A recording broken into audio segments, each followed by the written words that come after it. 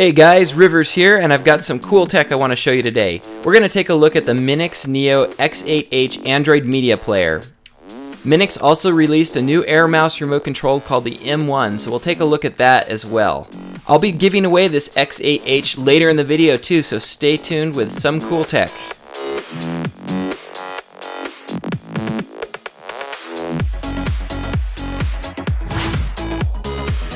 Aw yeah! Welcome to my full review of the MINIX Neo X8-H Android Media Player. First, let's take a quick look at what comes in the box. So it comes with an infrared remote control, manuals, HDMI cable, USB cables, and a quality 5-volt 3-amp power supply.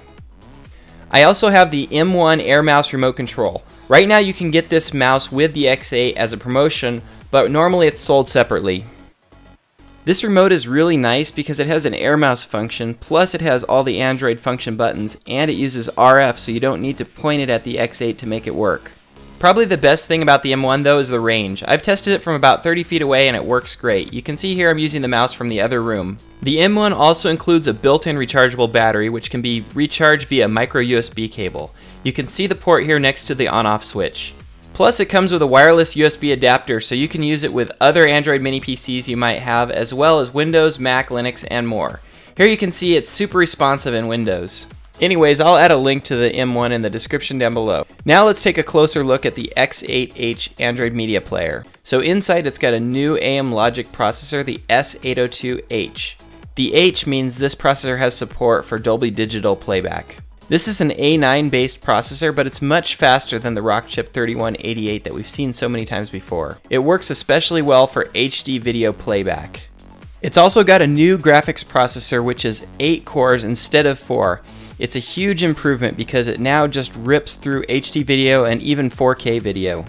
It also comes with Android 4.42 KitKat, and it's got a dual band Wi-Fi chip and antenna that work really well to get good reception. On the outside, the X8 is very similar to the X7. It's got the same ports, same buttons, and basically the same overall design. The bottom is different on the X8 though. It's got these nice rubber feet now, so it can keep it from sliding around when cables pull on it.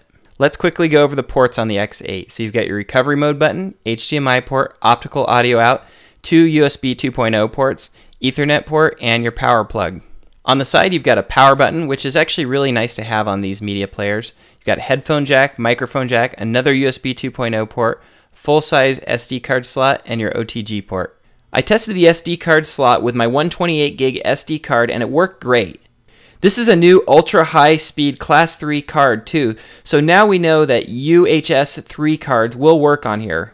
I'm happy because I can transfer movies on this card much faster than I could before. I can get about 60 of my favorite 1080p MKVs on this card, so I barely need an external hard drive. Plus I can use the card for recording 4K video on a camera too.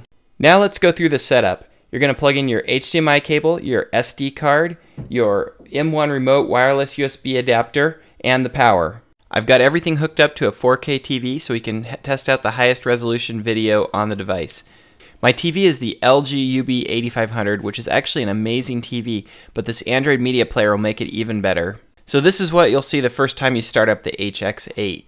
You can choose either the standard Android launcher, or you can choose MINIX's custom UI, which is called Metro UI. We'll look at that in a second. But first, here you can look around, you can drag down and get some of your notifications up top. On the other side, you can go to some of your frequently used settings like Bluetooth, Wi-Fi, or just the settings menu. Let's take a quick look at some of the display settings on here, and then I'll show you how I customized it out. So under display, if you leave this guy at on, then it will just default to 720p. But turn it off and you can go to 1080p or all the way up to 4K resolution in different refresh rates depending on what you want to have on your TV. Now let me show you my favorite way to configure an Android media player. I installed Next Launcher 3D plus a theme called Project Hera by Bionic Themes. The theme costs a couple bucks, but you get hundreds of icons that look awesome. This way all your icons match. I did this to celebrate the release of the LG G3 because I think the icons look kind of like the G3's icons. Anyway, I'll add links to all the software I use in the description down below.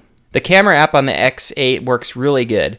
I've got the Logitech C525 and I have no problems at all. Nice and smooth video.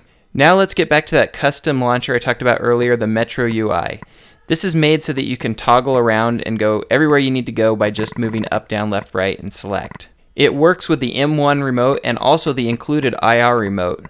It's great for apps like Plex or XBMC where you use very minimal mouse navigation. It's also totally customizable, so you can add your most frequently used apps down here at the bottom, or you can add groups of apps where you've got like media playback, web browsing. Each of these is like a folder where you can put multiple apps inside of.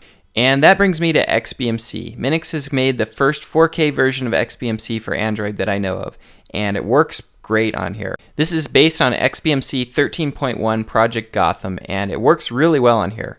And so this is XBMC playing 4K video. I shot this myself, and it's nice and smooth. It might bump once or twice when you very first start out, but after that it's just nice and smooth.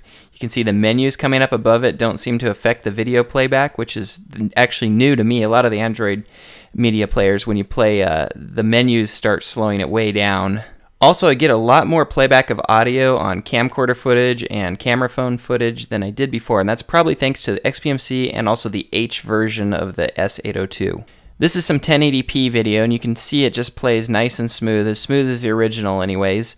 Also, I tested this on some Blu-ray ISOs. Basically, I took a Blu-ray I own, ripped it to my hard drive so it looks like an image of the disc, and it played flawlessly on there too. You could see the menus, and the video quality just looked awesome, so ISOs play no problem as well, which is surprising. Here's a quick test with 4K versus 2K. So I've got my new set here, and I'm also using my old 1080p set to compare them. So I've got the camera about 2 feet away on both of them, and you can definitely see some artifacting on the 1080p, and also the pixels, you can make those out much better also. I tried to do both videos on the 4K set, but when I switched it down to 1080p, it still looked damn good. So I don't know if it was upscaling or if maybe it's actually still outputting at 4K because the video is 4K, but I couldn't see any artifacts on that set. But when you get up close like this, you can definitely see the difference. The 1080p just doesn't look near as good. Still looks really good from far away, but close up you can really see the difference. Anyways, this was just a rough test. The camera's not really good at capturing television pixels. You get this rainbow effect all the time, so just a rough test to give you an idea what we're looking at. Now I'm going to run a couple quick benchmarks on here. So first we'll take a look at CPU-Z just so we can see how the processor operates. One thing I noticed is it seems to run much more efficiently. Like a lot of times you'll see several of the cores stopped and just one will be working. Also, I've seen it go up to 2 GHz, and I haven't seen a lot of the older CPUs do that. Next up, I ran LinPack just to get a quick CPU benchmark, and it's getting about 200 to 250, so running roughly double of what the older version of Android mini PCs were getting. And finally, I ran Antutu just to get a total system benchmark, and I got a really solid 23,990, which is probably one of the best I've ever seen on an Android mini PC. One thing I noticed is when I ran it in 4K mode, Antutu came out almost exactly 1,000 points lower, so 4K does slow it down just a little bit, but it's still really usable and better than other 4K players I've tried. And finally, I wanted to take a look at some screen mirroring on the X8. So I've got my iPad Air here, and it's working through the AirPin software. Works pretty well. It's a bit laggy, and the output is definitely not 1080p, but it does get the job done. To mirror using Android, I used the built-in Miracast app instead of the AirPin software like I used for the iPad. The X8 mirrors a little bit better with Android, and my LG G-Pad 8.3 actually mirrors really well. There was a few artifacts when changing screens sometimes, but overall the experience is nice and fast. Minix does a good job of covering the little things, like how they have a faint blue light on here instead of a bright blue light like on the Vega. I know I can just cover the light up with tape, but it's nice that Minix pays attention to details. That just about wraps up my review for the Minix Neo X8H Android Media Player. It's been a very solid player. I haven't had it lock up or auto reboot a single time while making this review. I've had very few glitches and the performance has been really good. I'll put a complete list of the pros and cons in the video description down below. Actually, there is one more thing before I go. I want to give away the X8 in a contest. All you have to do to enter is be a subscriber to Some Cool Tech on YouTube and add a comment down below. In your comment, just tell me what gadget you are most looking forward to by the end of 2014. I'll announce the winner on Facebook, so you might want to follow me on there too to see the announcement. I'll choose the winner as soon as I hit 30,000 subscribers. A big thanks to Minix for providing this awesome player for the contest. Contest rules will be in the description down below, as well as links to all the hardware and software you saw in the video. Thanks again for watching, and as always, aloha.